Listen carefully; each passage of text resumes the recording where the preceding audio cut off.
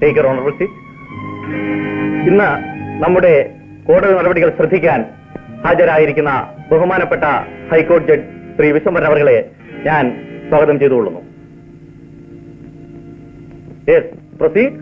അപ്പോൾ ശംഖുവിനെ അടിച്ചത് നിങ്ങൾ തന്നെയാണെന്ന് കുറ്റം സമ്മതിച്ചിരിക്കുന്നു അല്ലേ? അതെ, ഞാൻ തന്നെയാണ് ശംഖുവിനെ അടിച്ചത്. ഉള്ള കാര്യം തുറന്നു പറയണമല്ലോ.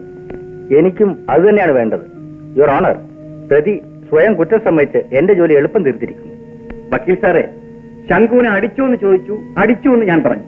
എന്തിനാണ് ശംഖുവിനെ അടിച്ചതെന്ന് സാറ് ചോദിച്ചില്ലല്ലോ. ശരി, എന്തിനാണ് അടിച്ചത് പറയണം. ഒരു പെൺകുട്ടി എന്റെ ഓട്ടോറിക്ഷയിൽ യാത്ര ചെയ്യുകയായിരുന്നു. ഈ ശംഖു എന്ന് പറഞ്ഞ ദുഷ്ടൻ അവളെ പിടിച്ചടക്കി ഉപദ്രവിക്കാൻ തുടങ്ങി. അപ്പൊ അത് തടയേണ്ടതും ആ പെൺകുട്ടി രക്ഷിക്കേണ്ടതും എന്റെ ചുമതലയല്ലേ? അല്ലേ സാർ? അങ്ങനെ എന്തെങ്കിലും സംഭവിച്ചിട്ടുണ്ടെങ്കിൽ അതോടെ പോലീസിൽ അറിയിക്കേണ്ടതായിരുന്നു. അത് എങ്ങനെയാ സാറേ?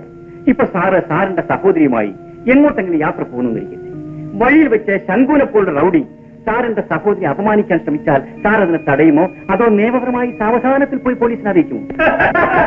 Order order. കുറ്റം ചെയ്തവരെ ശിക്ഷിക്കേണ്ടതായ ചുമതലയും അധികാരവും നിയമത്തിന് മാത്രമുള്ളതാണ്, മറ്റാർക്കും അതില്ല. എനിക്ക് നിയമം അറിഞ്ഞുകൂടാ. അക്രമിയെ തടയേണ്ടത് ന്യായമാണെന്ന് തോന്നി. അല്പം ധൈര്യവും ഉണ്ടായിരുന്നു, തടഞ്ഞു, അത്രമാത്രം. ഈ തട്ടിപ്പ് കൊണ്ടൊന്നും ശിക്ഷയിൽ നിന്നും രക്ഷപ്പെടാനാവില്ല. അത് വാചക കസരത്ത് കൊണ്ട് കച്ചവടം നടത്തുന്നവരുടെ തൊഴിലല്ലേ? ഞങ്ങൾ ഓട്ടോറിക്ഷ ഡ്രൈവർമാരാണ്. ഞങ്ങൾക്കും ഞങ്ങളെപ്പോലുള്ള തൊഴിലാളികൾക്കും തട്ടിപ്പറഞ്ഞുകൂടാ. സത്യവും ന്യായവും മാത്രമേ അറിയൂ. ഒരു പെണ്ണിനെ രക്ഷിക്കാൻ വേണ്ടി തന്നെയാണ് നിങ്ങൾ ശംഖുവിനെ അടിച്ചത് എന്നതിന് സാക്ഷിയുണ്ടോ? സാക്ഷികളെ ഒന്നും ഞാൻ ഒരുക്കി നിർത്തിയിട്ടില്ലായിരുന്നു. അതിന് ഞാൻ കുറ്റം ചെയ്യാൻ നടക്കുന്നവനല്ലല്ലോ. അപ്പോൾ സാക്ഷിയില്ല? മനസ്സാക്ഷി മാത്രമേ ഉള്ളൂ. മറ്റു സാക്ഷികളൊന്നും എന്റെ പക്കലില്ല. ഉണ്ട്, സാക്ഷിയുണ്ട്. ആരാ നിങ്ങൾ? എന്റെ പേര് സൗമിനി. നടന്നതെല്ലാം കണ്ടവളാണ് ഞാൻ. സാക്ഷി പറയാൻ എനിക്ക് സമ്മതം തരണം. കോടതി ഈ സ്ത്രീയെ സാക്ഷിയായി അംഗീകരിക്കുന്നു. കുഴപ്പം നടന്ന സ്ഥലത്തിനടുത്താണ് എന്റെ വീട്. ഒരു ബഹളം കേട്ട് ഞാൻ ചെന്ന് നോക്കിയപ്പോൾ ആ നിൽക്കുന്ന ശംഖുവും മറ്റു ചിലരും ചേർന്ന് ആ പെൺകുട്ടിയെ ഉപദ്രവിക്കാൻ ശ്രമിക്കുകയായിരുന്നു. ഈ മനുഷ്യനാണ് ആ പെൺകുട്ടിയെ റൗഡികളിൽ നിന്ന് രക്ഷിച്ചത്. ഏത് പെണ്ണിനെ? നിങ്ങളുടെ വീട്ടിൽ വരുന്ന പെണ്ണിനെ പറ്റിയോ? എന്റെ വീട്ടിലോ? അതെ, ഡാൻസ് പഠിക്കാൻ വരുന്നവരെ കൂടാതെ പതിവായി പല സ്ത്രീകളും നിങ്ങളുടെ വീട്ടിൽ വന്ന് പോകുന്നില്ലേ? അതിൽ ഒരുവളെ പറ്റിയല്ലേ നിങ്ങൾ ഈ പറയുന്നത്? സാറേ, ഒന്നും ആലോചിക്കാതെ തോന്നിയതെന്ന് വിളിച്ച് പറയരുത്. അവിടുന്ന്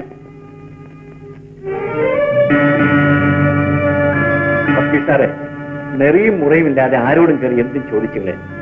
ഇതുകൊണ്ടാണ് സത്യം അറിയാവുന്നവർ കോടതിയിൽ വരാത്തതും സാക്ഷി പറയാത്തതും. നിങ്ങൾ എന്തിനാ ഇവിടെ വന്നത്? ഈ ആക്ഷേപം കേൾക്കാൻ വേണ്ടിയായിരുന്നു. കേസിന് ആവശ്യമില്ലാത്ത ചോദ്യങ്ങൾ ചോദിക്കരുത്. യുവർ ഓണർ, ഈ ചോദ്യങ്ങൾക്കും കേസിനും തമ്മിൽ ബന്ധമുണ്ട്. അപ്പോൾ അങ്ങനെ ഒരു പെണ്ണ് നിങ്ങളുടെ വീട്ടിൽ വന്നിട്ടില്ലെന്നാണ് നിങ്ങൾ പറയുന്നത്? അല്ല, വരാത്തൊരു പെണ്ണ് നിങ്ങൾ കണ്ടിരിക്കാനും ഇടയില്ല.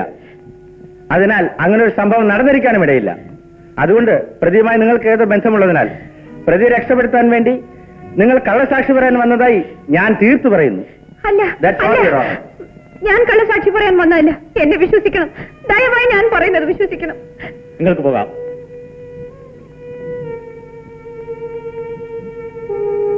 നിങ്ങൾക്കിനി എന്തെങ്കിലും ബോധിപ്പിക്കാനുണ്ടോ? നടന്നതൊക്കെ ഞാൻ പറയും, നടക്കാത്തതൊക്കെ വക്കീൽ അദ്ദേഹവും പറയും.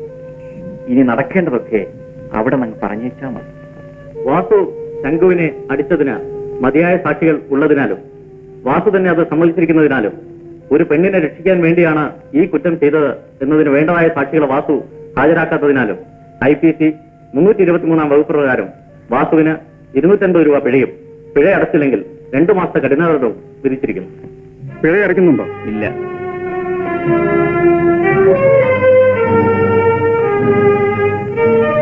നിങ്ങൾക്ക് വേണ്ടി പണം അടച്ചിട്ടുണ്ട്. ആരാ പണം കിട്ടിയത്? ജഡ്ജിയങ്ങുന്ന്. ഇതാ ജഡ്ജിയങ്ങുന്നിന്റെ അഡ്രസ്. അദ്ദേഹത്തിന് ബംഗ്ലാവിൽ ഒന്ന് കാണാൻ പറഞ്ഞു.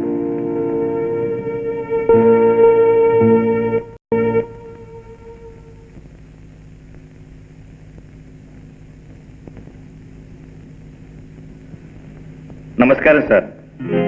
നമസ്കാരം. വാസു വരില്ലായിരിക്കുമോ എന്ന് ഞാൻ സംശയിച്ചു. അങ്ങ് വിളിച്ചില്ലെങ്കിൽ ഞാൻ വരും.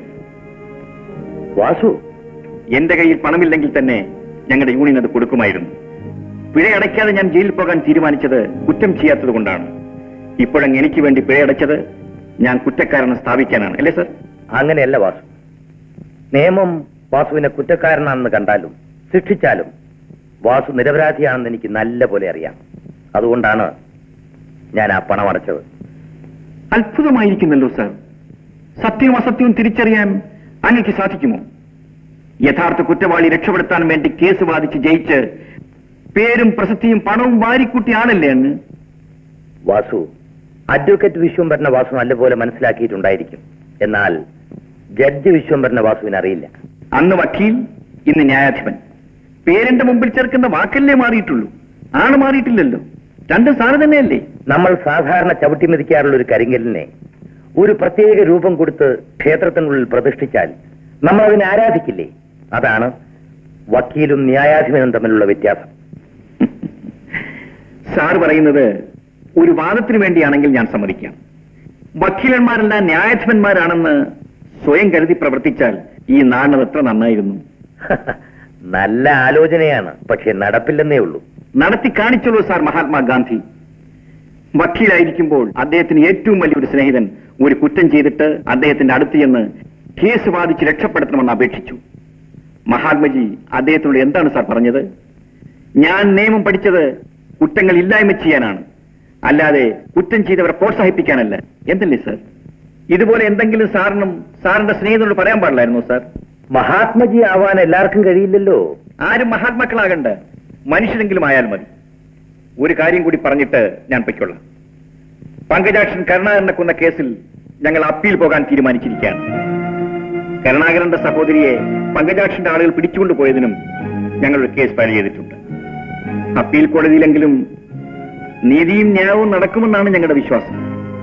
പങ്കജാക്ഷന് വേണ്ടി വാദിക്കാനും നീതി എതിർക്കാനും സാർ വക്കീലായി അവിടെ വരില്ലല്ലോ. അതെന്തായാലും നന്നായി.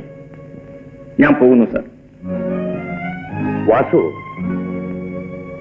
നിങ്ങൾ ഒരു ഓട്ടോറിക്ഷ ഡ്രൈവറായി ജോലി നോക്കേണ്ട ആളല്ലല്ലോ. എന്ത് ജോലി ചെയ്യാൽ എന്താ സാർ? ആത്മാർത്ഥത ഉണ്ടായാൽ പോരെ? തുറന്നു പറയൂ, നിങ്ങൾ ആരാണ്? അങ്ങനെ ഒരു പേഴ്സണാലിറ്റി ഒന്നും എനിക്കില്ല സാർ. എന്റെ വ്യക്തിപരമായ കാര്യങ്ങൾ ഒരിക്കൽ ഞാൻ സാറിനോട് പറയാം. കോടതിയിൽ നിങ്ങൾക്ക് വേണ്ടി സാക്ഷി പറയാൻ ഒരു സ്ത്രീ വന്നല്ലോ. ആ സ്ത്രീ ആരാ? ഓ, അതോ? അതൊരു ഡാൻസ് ടീച്ചറാണ് സാർ. അതിൽ കൂടുതലൊന്നും അവരെ പറ്റി എനിക്ക് അറിഞ്ഞുകൂടാ. പ്രോസിക്യൂട്ടർ ഒരു പെൺകുട്ടിയെ പറ്റി ചോദിച്ചല്ലോ, അതാരാ? ഈ സ്ത്രീയുടെ മകളാണ്. അറിഞ്ഞുകൂടാ. ഞാൻ രക്ഷിച്ച പെൺകുട്ടി കോളേജിൽ പഠിക്കുന്നവളാണെന്ന എന്റെ സംശയം. ഓഹോ, അപ്പോൾ വാസുവിനും ആ പെൺകുട്ടി ആരാണെന്ന് അറിഞ്ഞുകൂടാ. അറിയാതെ എവിടെ പോകും? ഞങ്ങൾ ഓട്ടോ ഡ്രൈവർമാരല്ലേ, കോളേജിന്റെ പരിസരത്ത് എപ്പോഴും പോകാറുള്ളത്. ഒരിക്കൽ അവളെ ഞാൻ കണ്ടുപിടിക്കും. അന്ന് ഞാൻ അവളെ ഇങ്ങോട്ട് കൂട്ടിക്കൊണ്ടുവന്ന് സാറിന്റെ മുമ്പിൽ നിർത്തി നടന്നതെല്ലാം പറയിപ്പിക്കും. സത്യം സാറിന് ഒന്നുകൂടി ബോധ്യപ്പെടണമല്ലോ. ഞാൻ വരട്ടെ സാർ.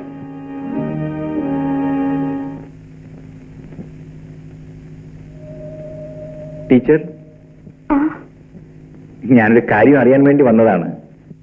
എന്റെ ആട്ടോയിൽ യാത്ര ചെയ്യുന്ന ആ പെൺകുട്ടി അടിക്കടി ഇവിടെ വരാറുണ്ടെന്ന് വക്കീൽ സാർ പറഞ്ഞു. അവിടെ വരാറുണ്ടോ? ഉണ്ട്. അപ്പോ ടീച്ചർ അവളെ അറിയും. നിങ്ങൾ തമ്മിൽ വല്ല ബന്ധവുമുണ്ടോ? എനിക്ക് അവളെ ഒന്ന് കണ്ട് സംസാരിക്കണമെന്നുണ്ട്. അതുകൊണ്ടാണ് ചോദിക്കുന്നത്. എന്താ ടീച്ചറൊന്നും പറയാത്തത്? അവളിവിടെ കോളേജിൽ പഠിക്കുന്ന ഒരു കുട്ടിയാണ്. ഇനി അവളിവിടെ വരില്ല, വരരുതെന്ന് ഞാൻ പറഞ്ഞിട്ടുണ്ട്. എവിടെയാണ് അവളുടെ വീട്? ദയവായി എന്നോടൊന്നും ചോദിക്കരുത്. അവളെപ്പറ്റി ആരോടും ഒന്നും പറയാൻ പാടില്ലാത്ത ഒരവസ്ഥയിലാണ് ഞാൻ. ക്ഷമിക്കണം, ഞാൻ അല്പം സ്വാതന്ത്ര്യം എടുത്തുപോയി. എന്നെ രക്ഷിക്കാൻ വേണ്ടി കോടതിയിൽ സാക്ഷി പറയാൻ വന്നതല്ലേ, അതുകൊണ്ട് ചോദിച്ചതാണ്. ഞാൻ വരട്ടെ.